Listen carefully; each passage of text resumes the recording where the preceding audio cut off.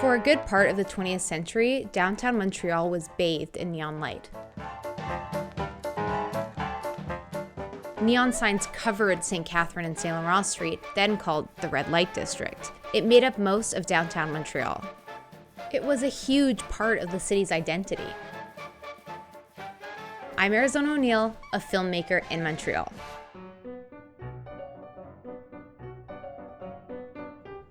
To picture what Montreal's nightlife was like back then, all you need to do is picture the Las Vegas Strip.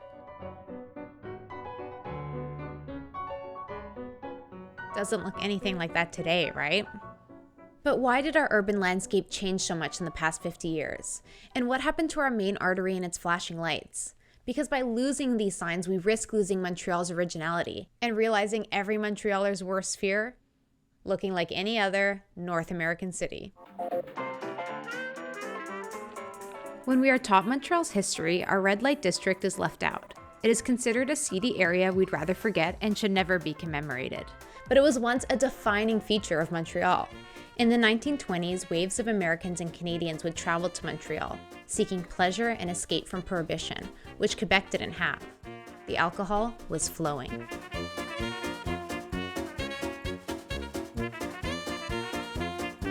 This was a momentous moment for the city, as jazz musicians, gangsters, and everyday folk looking to let loose flocked to the party town. Montreal quickly earned its new nickname, Paris of the North, although those in the know nicknamed us Sin City.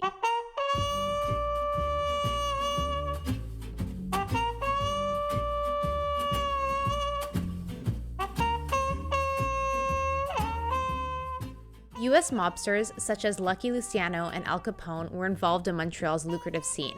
The legacy of Capone still lives on to this day at Montreal's Pool Room, established in 1912. The man known as Scarface was a regular at the hot dog joint. Being a port city brought in boats of U.S. soldiers on leave. The perfect partiers. We associate the red light district with the sex industry, but there was a rich, dense artistic culture as well. People used to come from all over the world to perform in the theaters there. There were also restaurants, casinos, theaters, nightclubs.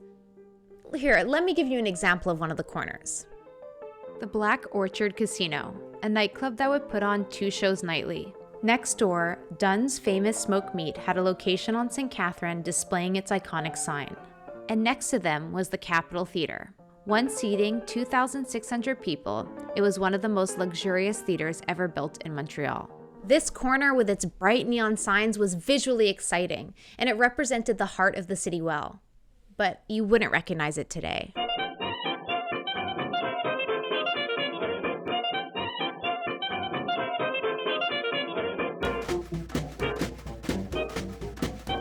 It is the corner of St. Catherine and McGill. I could do this with every block on St. Catherine. Originally filled with local exciting businesses and unique signage, now replaced with corporate logos. These original signs were intoxicating, inviting us in, promising a good time. Now when I go downtown, all I have is buyer's remorse. So what happened to all the businesses and their signs? The first thing that had an impact on the neighborhood was Bill 101. The new rigorous language laws enacted by the René Lévesque government in 1977 changed the urban landscape overnight. Predominantly English signs needed to be taken down, and businesses couldn't replace them with ones that were equally grandiose. It was just too expensive. Plus, neon wasn't in style anymore. The red light district was still there, but it had lost much of its visual appeal. The businesses themselves, specifically the sex ones, stuck around, but not for much longer. In the 90s, the city wanted a new image, one without strip clubs, sex shops, and prostitution. They tried bylaws to outlaw signs with naked women on them, but the court threw them out on free expression laws. But this wasn't going to stop them. It was time to pave it over.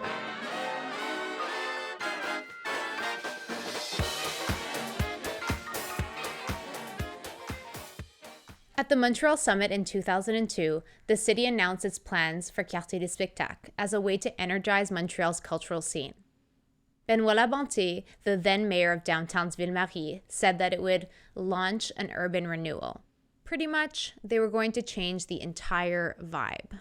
They put forward this plan to bring culture back without any irony in the fact that they were erasing the culture and history already there. Most of the Victorian buildings were expropriated and destroyed, along with the red light district businesses and their signs.